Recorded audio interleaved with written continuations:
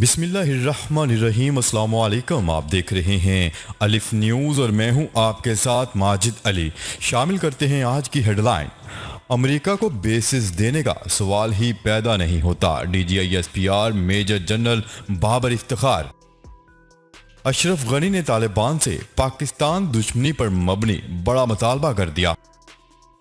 کابل حکومت کا مستقبل کیا ہوگا، طالبان کا اہم اعلان سامنے آ گیا۔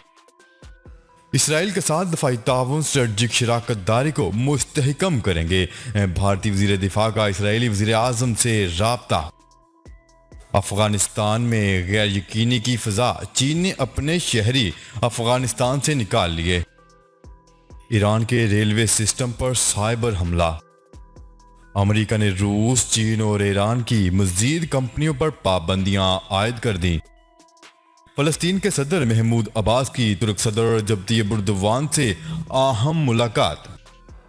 کرونا وبا کی شدت میں پھر اضافہ، مثبت کیسز کی شرح 4% سے تجاوز کر گئی۔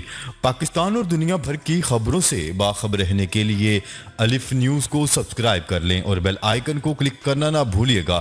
ناظرین، اپنی آرا کا اظہار کمنٹ سیکشن میں لازمی کیجیے گا۔ ہیڈ لائنز آپ نے جانی، اب بڑھتے ہیں خبروں کی تفصیلات کی طرف۔ D G I S P R major general Babar Iftikhar کا کہنا ہے کہ امریکہ کو بیسز دینے کا سوال ہی پیدا نہیں ہوتا اور نہ ہی اس کی کوئی ضرورت ہے۔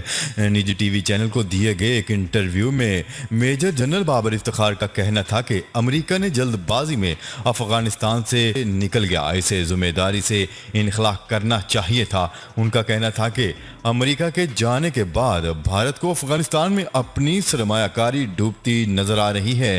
D G I S P R کا مزید کہنا تھا کہ امریکہ نے افغان فوج کی تربیت پر کھربوں روپے خرچ کیے۔ افغانستان کی اپنی فضائیہ بھی موجود ہے، افغان فوج نے کہیں مزاحمت کی یا کریں گے یہ دیکھنا ہوگا۔ انہوں نے کہا ہے کہ افغانستان میں بندوق فیصلہ نہیں کر سکتی، افغانستان کے فریقین کو مل بیٹھ کر مسئلے کا حل نکالنا ہوگا۔ خطے کے سٹیک ہولڈرز کو افغان فریقین سے مل بیٹھنا ہوگا۔ انہوں نے واضح کیا ہے کہ ہم اپنی سرزمین کو کسی کے خلاف استعمال نہیں ہونے دیں گے۔ D G I S P R major general Babar Iftikhar کا مزید کہنا تھا کہ سب جانتے ہیں داعش اور ٹی ٹی پی افغانستان میں موجود ہیں، حالات خراب ہوئے تو افغان مہاجرین کے آنے کا خدشہ ہے۔ اپنی بات جاری رکھتے ہوئے ان کا کہنا تھا کہ افغانستان میں سول وار سے کسی کا فائدہ نہیں ہوگا۔ پاک افغان بارڈر پر بارڈر سیکیورٹی مینجمنٹ بہت مستحکم ہے۔ انہوں نے مزید کہا ہے کہ افغان سرحد پر 90% سے زائد حصے پر باڑ لگ چکی ہے، دوسری طرف سے سرحد انتظامات ایئر ٹائٹ نہیں کریں گے۔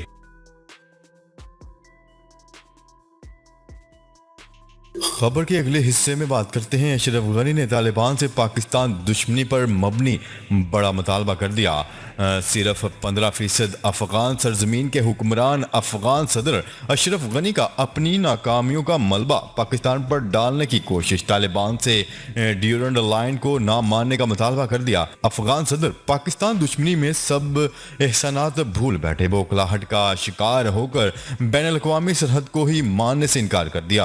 اشرف غنی نے طالبان سے پاکستان دشمنی پر مبنی مطالبہ کرتے ہوئے کہا ہے کہ وہ ڈیورنڈ لائن کو اکھاڑ پھینکیں۔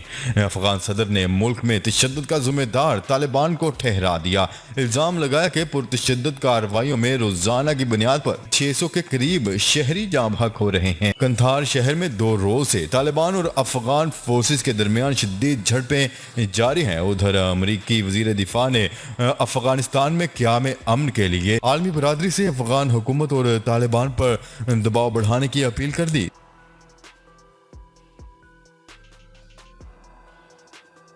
خبر کے اگلے حصے میں بات کرتے ہیں۔ افغان طالبان کے قطر میں قائم سیاسی دفتر کے ترجمان ڈاکٹر محمد نعیم کا کہنا ہے کہ کابل حکومت ایک ایسے ادارے کے ذریعے وجود میں آئی جس کو طالبان اور عوام تسلیم نہیں کرتے۔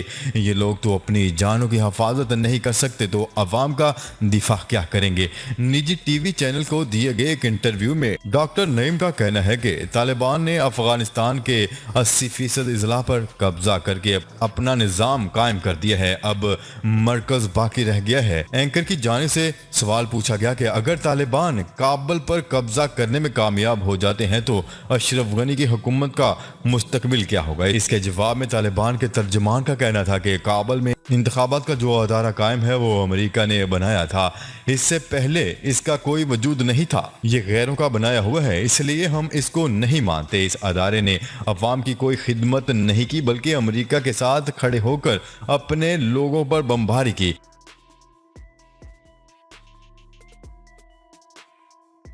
خبر کے اگلے حصے میں بات کرتے ہیں بھارت اسرائیل گٹھ جوڑ۔ بھارت کے وزیر دفاع راجناتھ سنگھ نے کہا ہے کہ ہندوستان اسرائیل کے ساتھ دفاعی تعاون اور اسٹریٹجک شراکت داری کو مزید مستحکم کرنے کی سمت میں کام کرے گا۔ بھارتی میڈیا کی رپورٹ کے مطابق راجناتھ سنگھ نے یہ بات اسرائیل کے نو منتخب وزیر اعظم اور وزیر دفاع سے ٹیلی فونک گفتگو میں کہی۔ راجناتھ سنگھ نے اپنے اسرائیلی ہم منصب کو نائب وزیر اعظم اور وزیر دفاع کا عہدہ سنبھالنے پر مبارکباد بھی پیش کی اور نیک خواہشات کا اظہار کیا۔ بعد ازاں ایک ٹویٹ میں راجناتھ سنگھ نے بتایا ہے کہ وہ اسرائیل کے ساتھ دفاعی تعلقات اور اسٹریٹجک شراکت داری کو مزید تقویت دینے کے سمت میں کام کرنے کے منتظر ہیں۔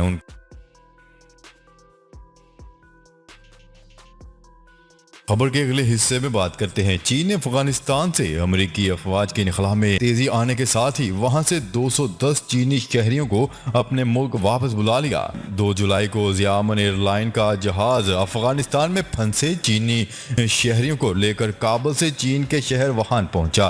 فرانسیسی خبررساں ادارے AFP کی رپورٹ کے مطابق پہلے یہ خبر سوشل میڈیا پر جاری ہوئی جس کے مطابق افغانستان سے واپس لائے گئے چینی شہریوں میں سے 22 افراد کے کرونا ٹیسٹ مثبت آئے تھے۔ بعد ازاں چین کی وزارت خارجہ نے بھی بات کی تصدیق کی کہ جن شہریوں کو واپس لایا گیا ہے ان میں کرونا وائرس سے متاثرہ افراد بھی شامل ہیں۔ چین کے کونسلر افیئر ڈپارٹمنٹ نے ایک سوشل میڈیا پوسٹ میں کہا ہے کہ چینی حکومت نے اپنے شہریوں کے تحفظ کو یقینی بنانے کے لیے یاد دہانی کروائی ہے کہ وہ جس قدر جلد ہو سکے افغانستان سے نکلیں اور انہیں حکومت نے ضروری سفری سہولیات بھی فراہم کی ہیں۔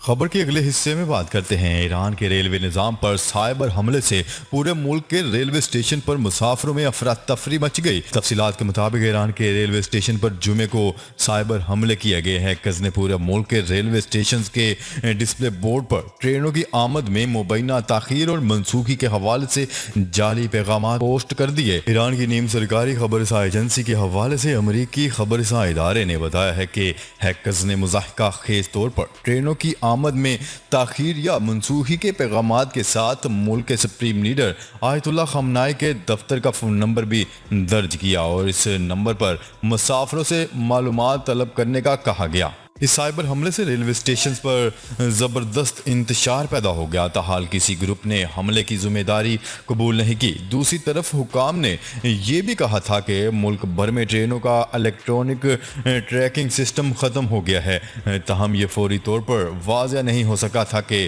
کیا یہ بھی سائبر حملے کا حصہ ہے۔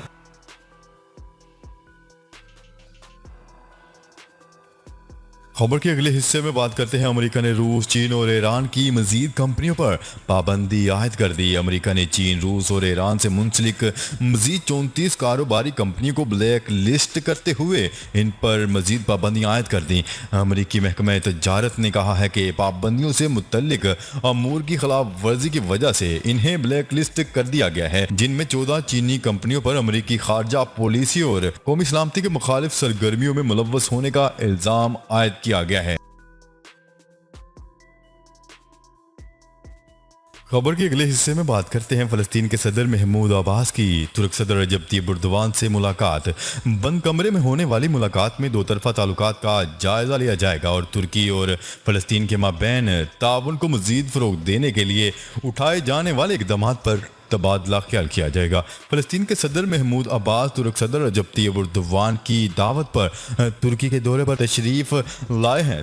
ترک صدر رجب طیب اردوان اور فلسطین کے صدر محمود عباس نے استنبول میں ملاقات کی۔ بند کمرہ میں ہونے والی ملاقات میں دو طرفہ تعلقات کا جائزہ لیا جائے گا اور ترکی اور فلسطین کے مابین تعاون کو مزید فروغ دینے کے لیے اٹھائے جانے والے اقدامات پر تبادلہ خیال کیا جائے گا۔ ملاقات کے دوران فلسطین میں انسانی صورتحال اور آئندہ انتخابات کے بارے میں تبادلہ خیال کیا جائے گا۔ خبر کے اگلے اور آخری حصے میں بات کرتے ہیں کرونا وبا کی شدت میں پھر اضافہ۔ پاکستان میں مثبت کیسز کی شرح 4% سے تجاوز کر گئی۔ ملک بھر میں عید الاضحیٰ سے قبل ایک بار پھر کرونا کیسز میں اضافہ ہونے لگا۔ 24 گھنٹوں کے دوران کرونا کے 1980 مثبت کیسز رپورٹ ہوئے ہیں۔ National command and operation centre کی جانب سے جاری کردہ بیان کے مطابق گزشتہ 24 گھنٹوں کے دوران ملک بھر میں کرونا کی تشخیص کے لیے 48,382 ٹیسٹ کیے گئے، جن میں سے 1980 افراد میں کرونا وائرس کی تصدیق ہوئی ہے۔ جی تو ناظرین، آج کے لیے اتنا ہی۔ مزید خبریں لے کر بہت جلد آپ کی خدمت میں حاضر ہوں گے۔ تب تک کے لیے اپنا خیال رکھیے گا۔ اللہ نگہبان۔ پاکستان زندہ باد۔ پاکستان آرمی پائندہ باد۔